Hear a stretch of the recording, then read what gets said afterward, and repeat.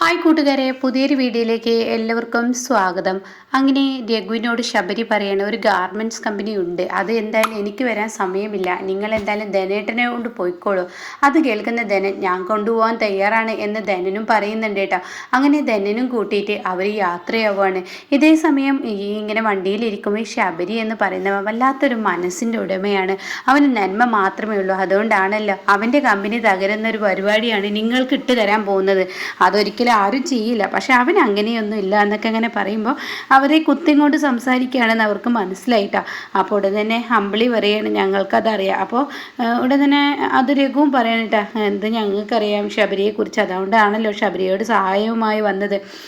എന്തായാലും അവനൊരു പാവമാണ്, അവനെ പറ്റിക്കാൻ എല്ലാവർക്കും കഴിയും. അവനൊരു പാവം മാത്രമല്ല, കുടുംബസ്നേഹിയും ഭാര്യസ്നേഹിയും, ഭാര്യയുടെ വാക്കുകൾക്കപ്പുറമൊന്നും അവൻ നീങ്ങില്ല എന്ന് പറയണേ.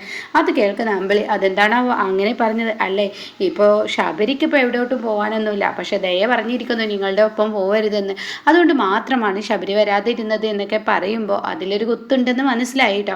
പിന്നീട് ഇവർ ഈ കമ്പനിയിലോട്ട് എത്താണ്, കമ്പനിയൊക്കെ കാണിച്ചു കൊടുക്കുകയാണ്. അപ്പോൾ ഇങ്ങനെ ഒരാളെ കിട്ടാൻ വേണ്ടി തന്നെയാണ് ഞാൻ ഇരുന്നതെന്ന് അയാൾ പറയുന്നുണ്ട്. എൻ്റെ അച്ഛൻ കൊണ്ട് നടത്തിയിരുന്നതാണ്, പക്ഷേ എനിക്കൊക്കെ ഗൾഫിലോട്ട് പോകേണ്ട കാരണമാണ്, എന്നാലും കമ്പനി കൊണ്ടുപോയി കാണിച്ചു തരാമെന്നൊക്കെ പറഞ്ഞിട്ട് അങ്ങോട്ടും ഇങ്ങോട്ടും ഒക്കെ പോകുന്നുണ്ട് കേട്ടോ. അപ്പോൾ എന്തായാലും ഇത് ഞാൻ ഉറപ്പിക്കുകയാണെന്ന് വാക്കാലെ പറഞ്ഞു പോരുകയാണ് കേട്ടോ. എന്നാൽ ഈ സമയം ഇപ്പുറത്ത് ദാസിൻ്റെ അടുത്ത് എത്തിയിരിക്കുകയാണ് ഇവർ.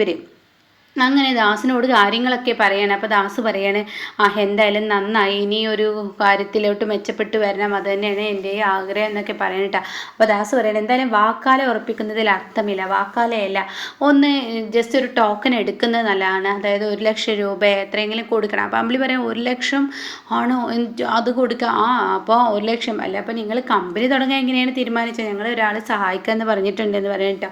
അപ്പോൾ ഉടൻ തന്നെ രഘു പറയണം, എന്തായാലും ഇപ്പോൾ 1,00,000 കൊടുക്കുക എന്ന് പറയുന്നത് നടക്കില്ല, അതിന് പെട്ടെന്ന് 1,00,000 രൂപ കൊടുക്കുന്നത് ഞങ്ങളെ കൊണ്ട് താങ്ങില്ല എന്നൊക്കെ അങ്ങനെ പറയണം. അപ്പോൾ അത് കേൾക്കുന്നതിനോട് കൂടിയിട്ട് നിങ്ങളെ സഹായിക്കുന്ന ആൾ കുറച്ച് പൈസ 1,00,000 രൂപ ഇപ്പോൾ തരുന്നതിന് എന്താ കുഴപ്പം, സത്യം പറ എന്ന് പറയാം കേട്ടോ. ആ സമയം അമ്പിളി പറയണേ, അങ്കിളിനോടായതുകൊണ്ട് ഞങ്ങളൊരു കാര്യം പറയാം, ഞങ്ങളുടെ കയ്യിൽ ഉള്ള കാര്യം അത് ഞങ്ങൾക്ക് എന്തായാലും പെട്ടെന്ന് എടുക്കാൻ പറ്റില്ല, എന്താ നിങ്ങളുടെ കയ്യിൽ, ഞങ്ങളുടെ കയ്യിൽ സ്വർണ്ണമാണെന്ന് പറയാം കേട്ടോ.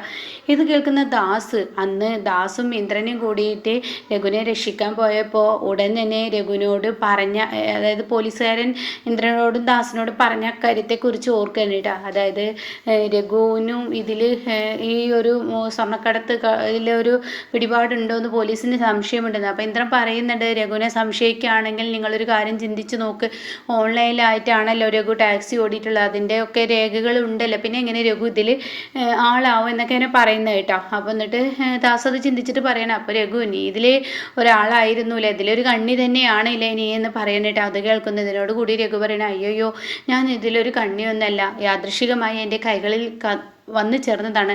അപ്പോൾ അത് കേട്ടോടെ തന്നെ അമ്പിളി പറയണേ, സാറേ അങ്കിളെ ഞാനൊരു കാര്യം പറയട്ടെ, യാദൃശികമായി ഇത് രഘുവേട്ടൻ്റെ കൈകളിലല്ല വന്നു ചേർന്നത്, എൻ്റെ കൈകളിലാണ് വന്നു ചേർന്നത്, ഞാനായിരുന്നു ഇത് എടുത്തു വെച്ചിരുന്നത്. എന്താ ഈ പറയുന്നത്, അതെ ഞാനായിരുന്നു ഇത് എടുത്തു വെച്ചിരുന്നത്, പിന്നീട് അച്ഛൻ പറഞ്ഞു ഈ സ്വർണ്ണ പോലീസുകാർക്ക് കൊണ്ടു കൊടുക്കാൻ, അതുപോലെ ചെയ്യാൻ അവിടോട്ട് പോയി, അവിടെയും ഞങ്ങൾക്ക് മുന്നിൽ തടസ്സമാണ് കണ്ടത്, എന്നാൽ ഈ സമയം ഇപ്പുറത്ത് കൊടുത്തു, അവിടെയും തടസ്സം, ആരും തന്നെ ഈ സ്വർണം വാങ്ങാൻ കൂട്ടാക്കിയില്ല എന്ന സത്യം ഇങ്ങനെ വെളിപ്പെടുത്തുകയാണ് കേട്ടോ. അപ്പോൾ ഇത് കേൾക്കുന്നതിനോട് കൂടിയിട്ട് ആ ഒരു സത്യം വെളിപ്പെടുത്തുമ്പോൾ ഉടൻ തന്നെ അമ്പിളി പറയുന്നുണ്ട്, ഞങ്ങളൊരു തെറ്റേ ചെയ്തിട്ടുള്ളൂ, ഞങ്ങൾ സത്യത്തിൽ അങ്കിളിന് എന്താ തോന്നുന്നത്, അച്ഛൻ പറഞ്ഞതുപോലെ ഈ പോലീസുകാരന് ഈ സ്വർണം കൊടുക്കണമായിരുന്നോ, അങ്കിളിന് അങ്ങനെയാണോ തോന്നിയതെന്ന് ചോദിക്കുമ്പോൾ ദാസ് പറഞ്ഞു, ഒരിക്കലും അത് ചെയ്യരുതായിരുന്നു, ഒരിക്കലും അത് ചെയ്യരുത്, സത്യം എല്ലാവർക്കും ആവാം, അല്ലാതെ സത്യമാവാൻ പറ്റത്തില്ല, ഇതിപ്പോൾ ചെയ്തിരുന്നെങ്കിൽ നീ ആയിരിക്കും പ്രതിയായി പോകുന്നത്, അപ്പോൾ അതുകൊണ്ട് നീ ചെയ്യാതിരുന്നത് ഏറ്റവും നന്നായി, അതുകൊണ്ട് എന്തെങ്കിലുമൊക്കെ ചെയ്യാം. അപ്പോൾ അമ്പിളി പറയണേ, ഞങ്ങളെ കൊണ്ട് ഒന്നും ചെയ്യാൻ പറ്റത്തില്ല, ആ സ്വർണ്ണം ഇപ്പോൾ എന്ത് ചെയ്താലും ആരും ഞങ്ങളെ സംശയിക്കും, ദാസങ്ങൾ ഞങ്ങളെ സഹായിക്കുമെന്ന് ചോദിക്കുകയാണ്. അപ്പോൾ ഉടൻ തന്നെ ദാസ് പറയണേ, അങ്ങനെ എന്നെക്കൊണ്ട് ചെയ്യാനൊന്നും പറ്റത്തില്ല, പക്ഷേ ഒരു സ്വർണം കൊണ്ടുപോകുന്ന ഒരാളുണ്ട്, അത് ബാംഗ്ലൂരിലുള്ള ഒരു ടീമാണ്, അവൻ്റെ കൈകളിൽ ഈ സ്വർണം കൊടുക്കുക, അവനാവുമ്പോൾ അത് കൈകാര്യം ചെയ്തോളൂ എന്നൊക്കെ ഇങ്ങനെ പറയണം കേട്ടോ. അപ്പോൾ ഈ വാക്കുകൾ കേൾക്കുമ്പോൾ അമ്പിളിക്ക് ഒരുപാട് സന്തോഷമാണ്. എന്നിട്ട് അമ്പിളിയോട് പറയണ, മോളെ നിനക്ക് പച്ച പിടിക്കാൻ ഒരു സമയമായെന്ന് തോന്നുന്നു, അതുകൊണ്ടാണ് ദൈവം നിൻ്റെ കൈകളിൽ ഇത് എത്തിച്ചേർന്നത്, അപ്പോൾ എന്തായാലും ഞാൻ ഈ 1 കിലോ സ്വർണം നിങ്ങൾക്ക് പണമാക്കിയിട്ട് തരാൻ, നിങ്ങൾ പേടിക്കണ്ട, അപ്പോൾ ദാസങ്ങൾ ഞങ്ങളെ സഹായിക്കാൻ തീരുമാനം എടുത്തല്ലോ എന്ന് പറയുമ്പോൾ തീർച്ചയായും ഞാൻ നിങ്ങളെ സഹായിച്ചിരിക്കും എന്ന് പറയുന്നുണ്ട് കേട്ടോ. പിന്നീട് കാണിക്കുന്നത് ചീരുവിൻ്റെ മക്കളും അമ്പിളിയുടെ മകളും കൂടി ഇങ്ങനെ ഇരുന്ന് കളിക്കണം. അപ്പോൾ അവർ തമ്മിൽ പാവക്ക് തല്ലൂടുകയാണ്. അപ്പോൾ ലക്ഷ്മിയോട് പറയണേ, നീ നിൻ്റെ പാവ പോയി എടുത്തോ, ഇവരുടെ പാവ ഇവർ തന്നെ എടുത്തോട്ടെ, നിൻ്റെ പാവ നീയും എടുത്തോ എന്ന് പറഞ്ഞിട്ട് ചീരു ആ കുഞ്ഞിനെ പറഞ്ഞയക്കുന്നുണ്ട്. അപ്പോൾ ആ കുഞ്ഞ് പാവ എടുക്കാൻ പോകുമ്പോൾ ഈ പാവ കാണുമ്പോൾ ആ കുഞ്ഞ് ഈ നീലപ്പാവ എടുത്ത് പോവാണ് കേട്ടോ. അങ്ങനെ എടുത്ത് പോകുന്നതിനിടയ്ക്ക് പെട്ടെന്ന് കുഞ്ഞിൻ്റെ കയ്യിൽ നിന്ന് ഈ പാവ വീഴുകയാണ്. ആ വീഴുന്നതിനോട് കൂടിയാണ് സരോജിനി അങ്ങോട്ടേക്ക് വരാൻ വരുന്നത്. അപ്പോൾ പിന്നെ ആ ഷിബിനുള്ളിൽ നിന്നും ഈ ഒരു കവറിലാക്കി വെച്ചിരിക്കുന്ന ഈ സ്വർണ്ണം താഴോട്ട് വീഴാണ് കേട്ടോ.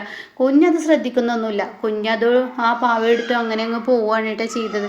പിന്നീടാണെങ്കിൽ ഈ പാവ അതെടുത്ത് പോവുകയും, അയ്യോ മോളെ കുഴപ്പമൊന്നുമില്ലല്ലോ, വേദനിച്ചെന്നൊക്കെ ചോദിക്കുമ്പോൾ ഇല്ല എന്നൊക്കെ പറഞ്ഞ് കുഞ്ഞു പോയി കേട്ടോ. പിന്നീട് എന്താപ്പോൾ ഈ താഴെ കിടക്കുന്നതെന്ന് പറഞ്ഞിട്ട് സരോജിനി ആ കവർ എടുക്കുക. കവർ എടുത്ത ഉടൻ തന്നെ അതിൽ നിന്നും ഒരു സ്വർണ്ണക്കട്ടയാണ് കിട്ടുന്നത്. ഇത് കാണുന്ന സരോജിനി, ഇത് സ്വർണ്ണക്കട്ടയാണെങ്കിൽ ആണല്ലോ, ഈശ്വരത് എങ്ങനെ ഇവിടെ എന്നിങ്ങനെ പറയുന്നുണ്ട് കേട്ടോ. ഇതേ സമയം ചിരു ചിരു എന്ന് പറഞ്ഞ് അലറി വിളിക്കുന്നുണ്ട് കേട്ടോ സരോജിനി. അപ്പോൾ തന്നെ ചിരു വരണം, എന്തിനാ ആൻറ്റി എന്നെ ഇങ്ങനെ വിളിക്കുന്നത്, ഇത് നോക്കി ആ പാവക്കുള്ളിൽ നിന്ന് കിട്ടിയതാണ് ഈ സ്വർണ്ണക്കട്ട എന്ന് പറയുമ്പോൾ ചിരു എന്തൊക്കെയോ ഇങ്ങനെ ചിന്തിച്ചു കൂട്ടുന്നുണ്ട് കേട്ടോ. പിന്നീടാണെങ്കിലോ ഇങ്ങനെ മാഷിനെയാണ് കാണിക്കുന്നത്. മാഷിൻ്റെ അടുത്തോട്ട് അനുപമ എത്തിയിരിക്കുകയാണ്. അനുപമയുടെ അടുത്തോട്ട് മാഷ് എത്തിയിരിക്കുകയാണ്. അപ്പോൾ മാഷ് പറയാൻ മഞ്ചാടിയെ കണ്ടു, പക്ഷെ അവൾ ഭയങ്കര വാശിയിലാണ്, അവൾക്കിപ്പോൾ ഇങ്ങോട്ടേക്ക് വരാൻ തോന്നുന്നില്ല, അവളിപ്പോൾ ഇപ്പോഴും ജീവരാജ് അവളുടെ പഠിപ്പ് ഇപ്പോൾ എനിക്ക് തോന്നുന്നു അവളെ ഞാൻ ഒരിക്കലും എന്നിൽ നിന്ന് പറഞ്ഞയക്കരുത് എന്നൊരു തോന്നൽ എന്നിൽ വന്നിരിക്കുന്നു, എന്തായാലും എൻ്റെ മകൾ എന്നിൽ നിന്ന് അകന്നു പോവുകയാണ് എന്നൊക്കെ ഇങ്ങനെ ചോദിക്കുമ്പോൾ ഉടനെ തന്നെ അത് അച്ഛൻ അന്ന് എടുത്ത തീരുമാനമല്ലേ, ഇനിയിപ്പോൾ എന്തായാലും മാറ്റാൻ പറ്റത്തില്ലല്ലോ, അച്ഛനെടുത്ത തീരുമാനം അന്ന് ആലോചിക്കണമായിരുന്നു. അപ്പോൾ ഭാനുമ്മ എന്ന് പറയുമ്പോൾ ഭാനുമ്മയും പറയണേ കഴിഞ്ഞത് കഴിഞ്ഞു, ഇനി അവൾ എന്തായാലും തിരിച്ചു വരും എന്നൊക്കെ ഇങ്ങനെ പറയണം, എന്തായാലും മക്കളല്ലേ പഠിച്ച് നന്നായി ഒരു ഭാഗത്ത് എത്തണം എന്നല്ലേ പറഞ്ഞത്, അതിനിടയ്ക്ക് ഈ പയ്യൻ്റെ കാര്യത്തിൽ ഒരു തീരുമാനമാക്കുക, ആ പയ്യൻ എവിടെയെന്നൊക്കെ അന്വേഷിക്കുക എന്നൊക്കെയാണ് മാഷിനോട് പറയുന്നുണ്ട്. അപ്പോൾ ഉടനെ തന്നെ അവിടെ അനുഭവം പറയുകയാണ്, എന്തായാലും അവൾ തീരുമാനം എടുത്തിരിക്കുന്നത് അവൾ എന്തൊക്കെയോ മനസ്സിൽ കുറിച്ചും കൊണ്ട് തന്നെയാണ്, കാരണം അവളോട് തന്നെ സ്വയം പ്രതികാരം ചെയ്യുകയാണെന്നാണ് തോന്നുന്നത്. ഉള്ള സൗകര്യത്തിൽ ജീവിച്ച് എല്ലാ സൗകര്യവും ഉണ്ടായിട്ട് സൗകര്യം ഇല്ലാത്തതുപോലെ ജീവിച്ച് കഷ്ടപ്പെട്ട് വളരുന്നത് അവളോട് ചെയ്യുന്ന ഒരു പ്രതികാരമായിട്ടാണ് എനിക്ക് തോന്നിയത് എന്നൊക്കെ ഇങ്ങനെ അനുഭവം പറയുന്നുണ്ട് കേട്ടോ. ആ സമയമാണ് മാഷിൻ്റെ ഫോൺ അടിക്കുന്നത്. അപ്പോൾ മാഷ് പറയുന്നുണ്ട് ഇത് ദാസാണല്ലോ എന്ന് പറഞ്ഞിട്ട് ഫോൺ എടുക്കണം. എന്താ ദാസ് പതിവില്ലാത്തൊരു വില എന്നൊക്കെ ചോദിക്കുമ്പോൾ അണ്ണനെ സന്തോഷിപ്പിക്കുന്ന ഒരു കാര്യം പറയണേ, എനിക്ക് സന്തോഷിപ്പിക്കുന്ന കാര്യം അതെ, നമ്മുടെ രഘുവിൻ്റെയും അമ്പിളിയുടെയും കാര്യത്തിലൊരു തീരുമാനം പറയാനാണ്. അവരുടെ തീരുമാനം അറിഞ്ഞതിന് ശേഷം അണ്ണനോട് പറയാന്നൊക്കെ ഞാൻ ചിന്തിച്ചത്. അപ്പോൾ തന്നെ മാഷി ചോദിക്കുന്നതിന് എന്താ ഇത്ര വലിയ കാര്യം എന്നൊക്കെ ചോദിക്കുന്നുണ്ട്. അപ്പോൾ തന്നെ അല്ല, അവർക്ക് ഞാനൊരു ഗാർമെൻറ്റ്സ് കമ്പനി ഇട്ട് കൊടുക്കാൻ പോവുകയാണ്, അവരെന്തായാലും അതിൽ തുടരട്ടെ, അവർക്ക് ഞാനത് ഇട്ട് കൊടുക്കുകയാണെന്ന് പറയട്ടെ. അത് കേൾക്കുന്നതിനോടുകൂടി അമ്പിളിയും രഘു അവിടെ നിൽക്കുന്നുണ്ട്. അപ്പോൾ അണ്ണനോട് കൂടി സംസാരിച്ചതിന് ശേഷം അവർ തുടരാമെന്നാണ് പറഞ്ഞത്. അപ്പോൾ രഘുവിൻ്റെ അടുത്ത് നിൽപ്പുണ്ട് എന്നൊക്കെ ഇങ്ങനെ പറയാണ് കേട്ടോ. അപ്പോൾ ഇങ്ങനെയൊക്കെയുള്ള ഒരു സീനാണ് ഇന്നത്തെ എപ്പിസോഡിൽ വന്നിരിക്കുന്നത്. ഇനി ചീരു എന്താവും ആ സ്വർണ്ണം എടുക്കുന്നത് എന്നുള്ളത് നമുക്ക് കണ്ടറിയാം. അപ്പോൾ ദാസ് പറയുന്നുണ്ട്, അണ്ണൻ ഞങ്ങളുടെ കൂടെ വരുന്നുണ്ടോ, അതല്ലെങ്കിൽ ഞാൻ ഇവരെ പഞ്ചരത്നത്തിലോട്ട് കൊണ്ടുപോയി വിടുന്നുണ്ട്, പിന്നെ ചീരു അവിടെ തന്നെയല്ലേ അങ്ങോട്ടേക്കും പോവുകയാണ് എന്നൊക്കെ പറയുന്ന ആ ഒരു എപ്പിസോഡാട്ടോ വന്നത്.